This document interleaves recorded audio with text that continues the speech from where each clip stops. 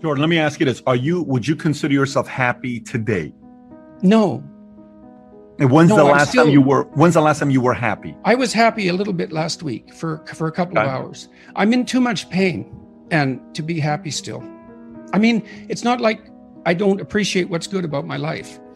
I do appreciate it, and I remember it consciously all the time. And my wife and I remind each other about it constantly.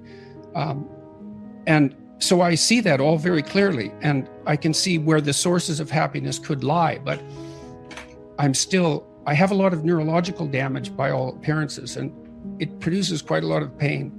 And so I'm overcoming that, I think, bit by bit. I have a very structured day. So I get up and I have a sauna, and then I walk for 6 miles, and then I exercise for an hour quite intensely with weights. And I dance a little bit to music because while I'm trying to regain control over all my extremities, and that's all working quite well. And then I have the podcasts and so forth. And so I have a well-structured life, but it's still not to the point where I would say I was happy. I'd like to get there. Healthy really is really what I'd want. Healthy and fully functioning. I'm running at about 50% now, and it was down to about 5 for a long time. 50 is a lot better. No, and that's great to hear. What's the longest, like, if you were to put outcomes of a life, like you were to say priorities? Okay, happiness, I'm living a happy life, fulfilled life, healthy life. How would you rank those 3 for someone like you? Oh, healthy is by far the most important. But then I wouldn't use those criteria. Like, I think I'm very pleased if I can say things that I believe to be true. I've written about this, said pursue what's meaningful and not what's expedient. And I would also say that it's useful to say what is true rather than to craft your words so that you get what you want. And part of the reason for that, there's many reasons, but part of the reason for that is that it's unbelievably adventurous. You have no idea what will happen if you just say what you think. And my experience has been that the consequences are absolutely overwhelming. Always, constantly. And, when I go into a talk like this, I don't have an outcome in mind. I don't want to make a fool of myself. I don't want to say something stupid. I want to engage in an interesting conversation, but I'm not trying. I don't have an agenda other than that, but it's just to say what I feel in the moment as clearly as I possibly can. It's so adventurous to do that. And it's far better than pursuing a more narrow goal that might be wrong.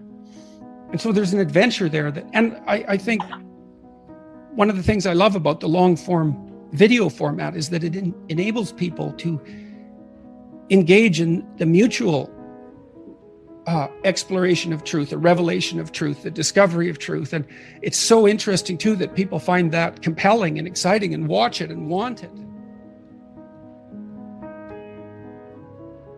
Do you ever catch yourself asking, oh man, maybe I'm in too deep of being this worried genius and I've lost a bit of my happy simpleton? Yeah, well, I certainly experienced that when my health broke down. And the reason for that was that I not only did I get sick, my life fell apart because I couldn't do anything that I used to be able to do. I couldn't listen to music. I couldn't read. I couldn't write. I couldn't think. I couldn't do any of them because everything that I had done was complex and difficult, all the things that I engaged in. And what I did realize was that left me vulnerable on a certain front, because if I wasn't in peak health, let's say, I wouldn't be able to do those things. And so, that's why I'm walking now, for example. I said I walk 6 miles a day, and I do that every day. It's very simple.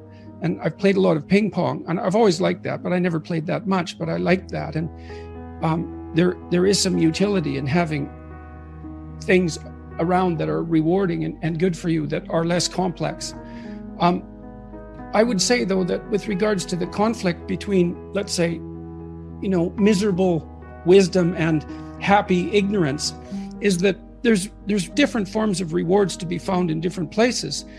You can think about this even in terms of personality.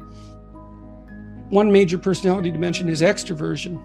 And the reason for that is that we have a pleasure circuit, and how active that is varies between people. That's what causes variation in extroversion. And we generally equate happiness with the activation of the circuitry that's associated with extroversion. And drugs like cocaine and amphetamines activate that circuit.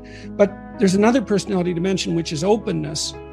And openness is the creativity dimension, and there's pleasure to be derived from that as well. And so that's philosophical exploration and literary experience. And I suppose when you go to a movie, you experience a blend of those two things, especially if it's a rather complex movie.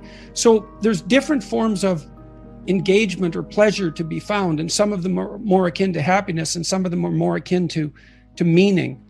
And sometimes they come into conflict, but I think all things considered, they work best when they're working together. And I do strive diligently to, and I think that this has really been brought home to me. Look, I couldn't sit down. I literally couldn't sit down for almost a year.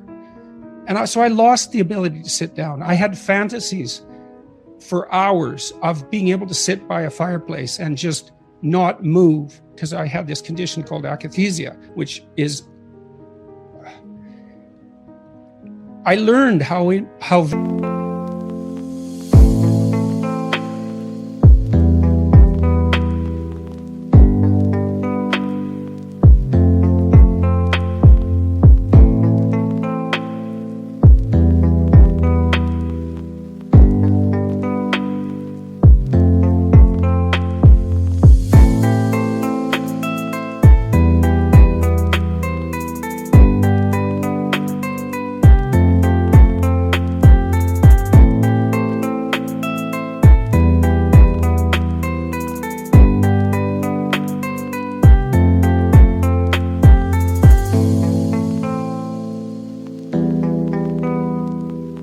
valuable it is to be able to sit down. And now when I sit down and nothing is happening, I'm taking stock of that and noticing what an unbelievable gift that is. And it is really useful to maintain your ability to see what you have that you've taken for granted, because you can lose everything.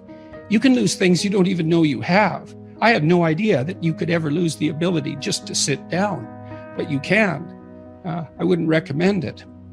So I'm more appreciative, I would say, of simpler things than I was.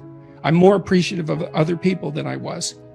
I'm probably more grateful, all things considered, than I was. And hopefully that will continue developing. I have no contempt for happiness. I tell people, don't pursue happiness, pursue meaning. And I think that's true. But if happiness comes along, it should be welcomed.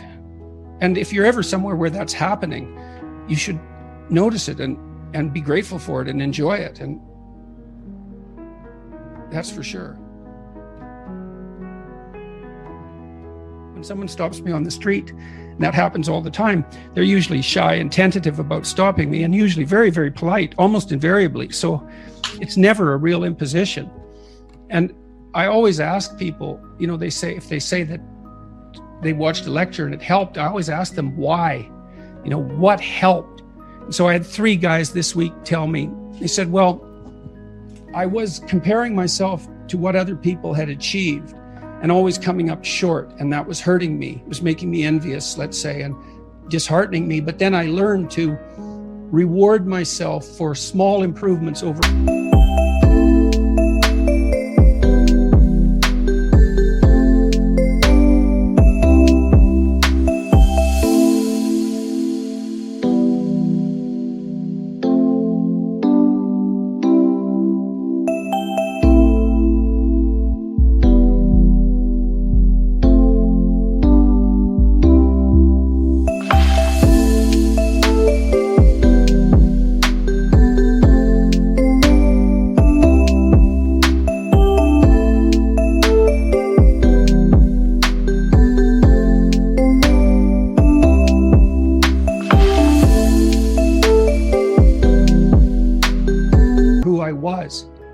I thought, well, that's really important, because you are comparing yourself to the right person then, and now you're rewarding yourself, you're encouraging yourself for taking the steps that you can take.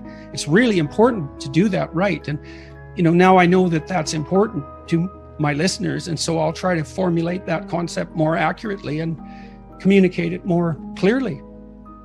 It's a great privilege.